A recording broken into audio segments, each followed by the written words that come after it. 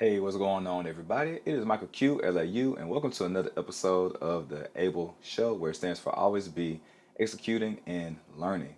And today, during the month of Black History Month, we're going to be changing that E from executing to educating, as I'm going to be educating you about the little known, unknown Black history facts.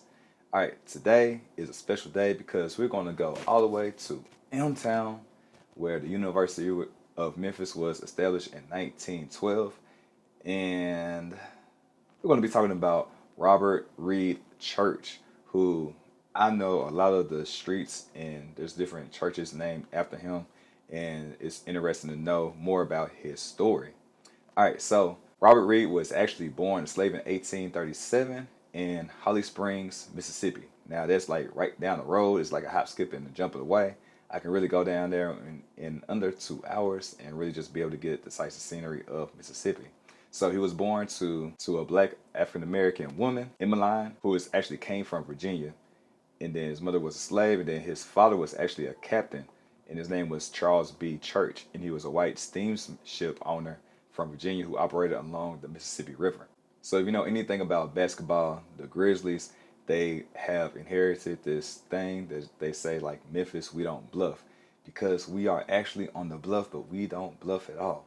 So if you go up and down the Mississippi River, it's going to connect you all the way up north and all the way down to New Orleans. And that's going to be very important, as Robert Reed Smith, he actually did do some work on a steamboat that went from Mississippi to New Orleans.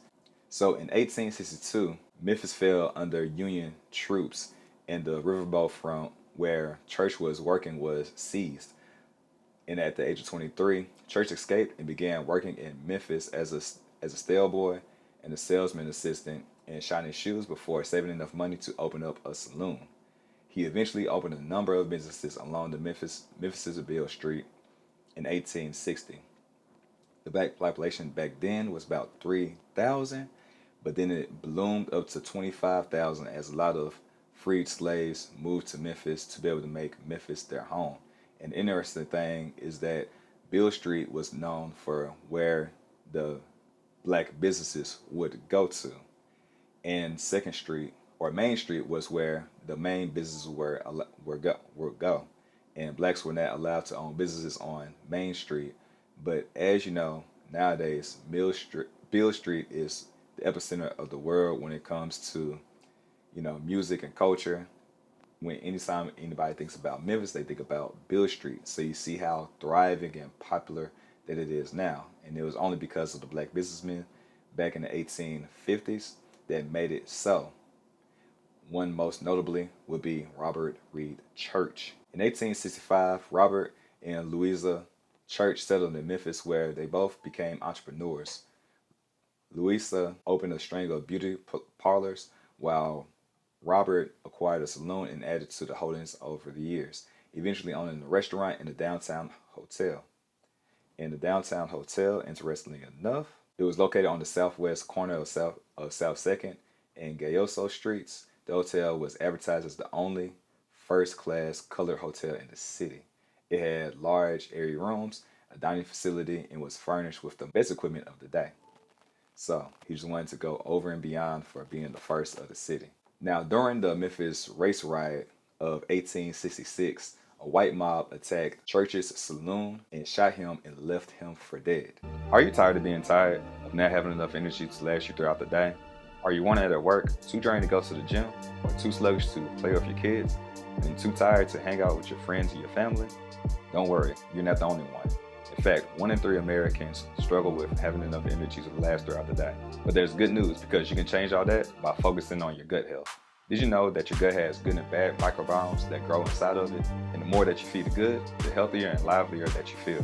When you feed the bad ones, over time, you start to feel bad, then sad, and it turns into a fad that you feel like you can't escape.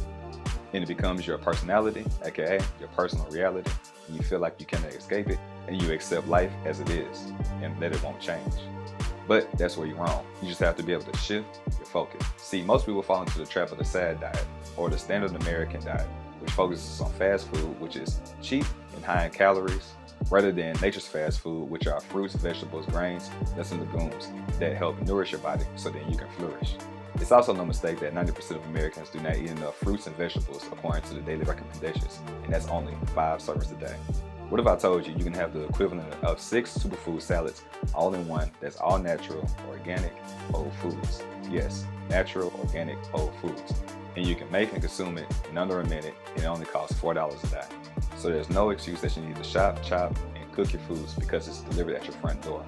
If this sounds good to you, check the description down below and schedule a 15-minute complimentary call so you can see how this can be a fit into your lifestyle. So you can change your personal reality and increase your energy, mood, digestion, sleep, and skin, all by focusing on your gut health, which is the cause to all your symptoms. Don't believe me? Just Google gut health blank and you'll find plenty of research articles that find a connection. Back to the video.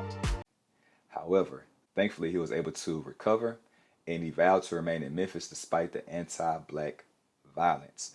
And there are some correlations that are going on from back then to what's going on currently right now. So it's all about building back better. Now, there was an incident that happened between the police department and Tyree Nichols, to where there's some distrust between the black community and the police.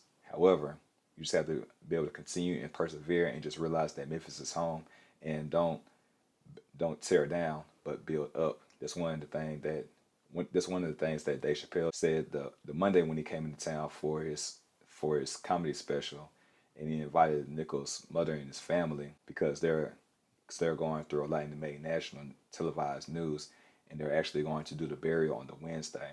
He just let us know that we were under the microscope, but before we do anything, make sure we build something first. And I think that's something that Robert Reed Church would definitely condone, building back. All right, so not only did he stay during his assassination attempt, but he also stayed during the yellow epidemic of 1878, and afterwards brought considerable real estates when property values were depressed. Now, during this time, there was yellow fever going on, and a lot of the population, 5,000 Memphians died, and that's 25%. And this is where the shift, and there's a lot of good things going on in the city of Memphis. Although they had the race riot 12 years earlier, the yellow fever really did its thing, and a lot of people moved outside of the city. And this is how Atlanta really got its population, as people moved from Memphis to Atlanta to other neighboring cities, and the population that we once had and the entrepreneurial spirit we had, it kind of transferred into Atlanta. So during the yellow fever pandemic, Church Reed stayed with the city, and as Memphis was depopulated by the epidemic, the land was devalued, and Church saw an opportunity to get into real estate even more. He invested in cheaply and increased his property holdings throughout the city. His properties grew to include underdeveloped land, commercial buildings, residential housing, and bars in the red light district of Beale Street. So you see, he just built that fortress on Beale Street.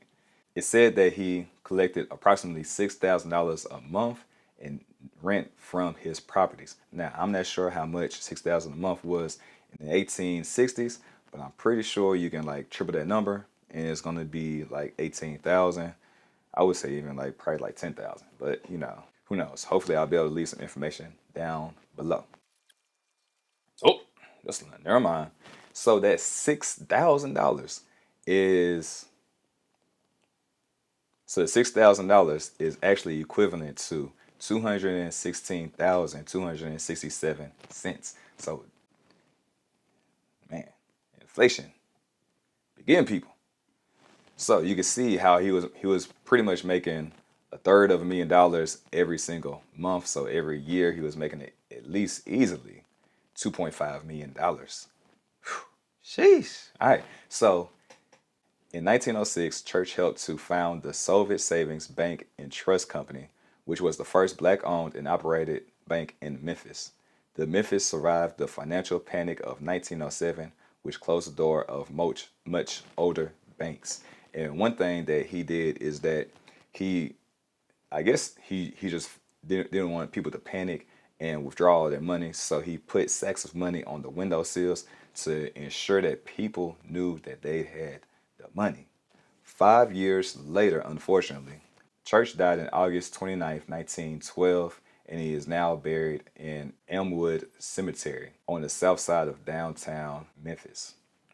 So that's just a little bit of a snippet into Robert Reed Church and how he made his millions. Oh, I didn't say that. He was actually one of the first black millionaires in the South. So in the past 3 episodes, I've been telling you about the little known, unknown Black history facts about people who were millionaires before Madam C.J. Walker. The first person that I highlighted was William Letterstorff, who actually made his wealth off of the gold rush in San Francisco. And then the second one, ironically, made her wealth when she was out there in San Francisco as well. But she was doing it out of investments that she heard as she was eavesdropping from different wealthy conversations as she was working as a servant or a cook. And that was pretty much like her working in incognito, so people wouldn't suspect anything, but she was getting all the gems and gossip that was going on in the different businesses that the businessmen were visiting. To learn more information about PRM and the family of products, check out the description down below to set up a 15-minute complimentary call, and you can also check out the website. You're just one click away for a better life.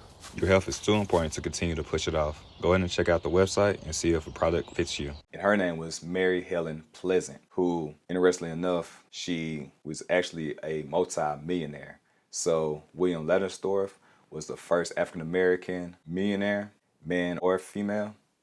And then you had Mary Helen Pleasant, and I'm pretty sure that Mary Helen Pleasant was the first woman millionaire. And then you have Robert Reed Church, who was the first African-American millionaire in the South.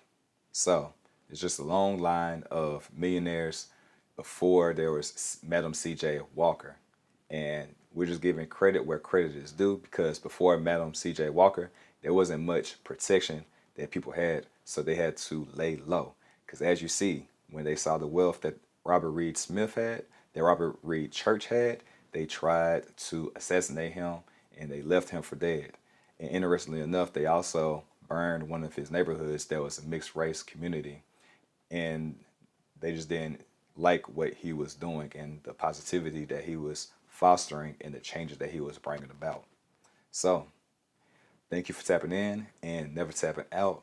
If you enjoyed this video, go ahead and like, share, and subscribe, and smash that notification bell so you can get the next video as soon as I drop it, because during the month of February, I'm going 28 for 28 during the month of Black History Month. So definitely like, share, and subscribe, and get that notification bell so you can check out the next video as soon as it drops.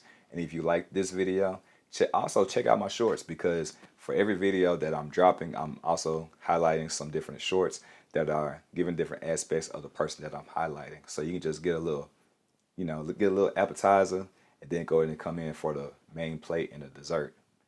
And after you watch that short, go on and watch these videos right here, because this is going to be the different playlists for the ABEL show. And as always, you all stay infinitely fit and infinitely blessed.